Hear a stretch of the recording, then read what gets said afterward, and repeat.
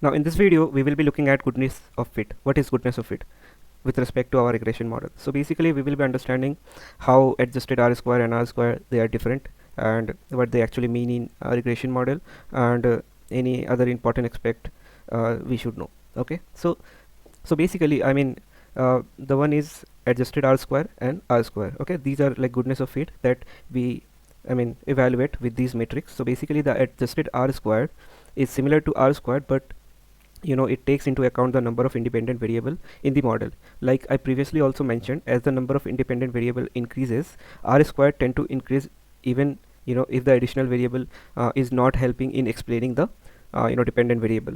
So adjusted R square penalize for each additional independent variable added to the model.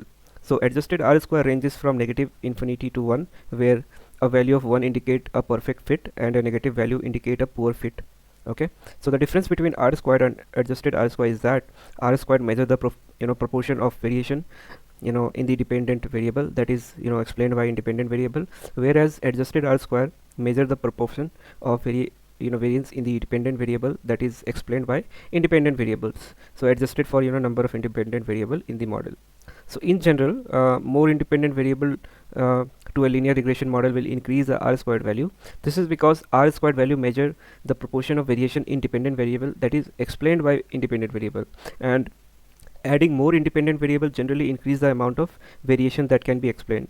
So however, this adding too many independent variable can lead to overfitting. So we'll come to that part as well, overfitting, what it is. So basically which can cause the model to perform poorly on new data.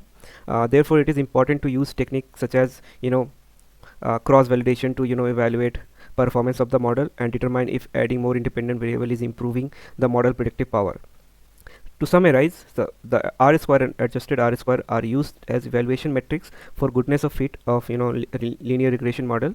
So R square measures the proportion of variance in dependent variable, that is explained by the independent variable in the model. It takes value between 1 and 0, whereas 0 means that model explain none of the variance, and 1 means the model explains all the variance, that we have seen in the previous project also.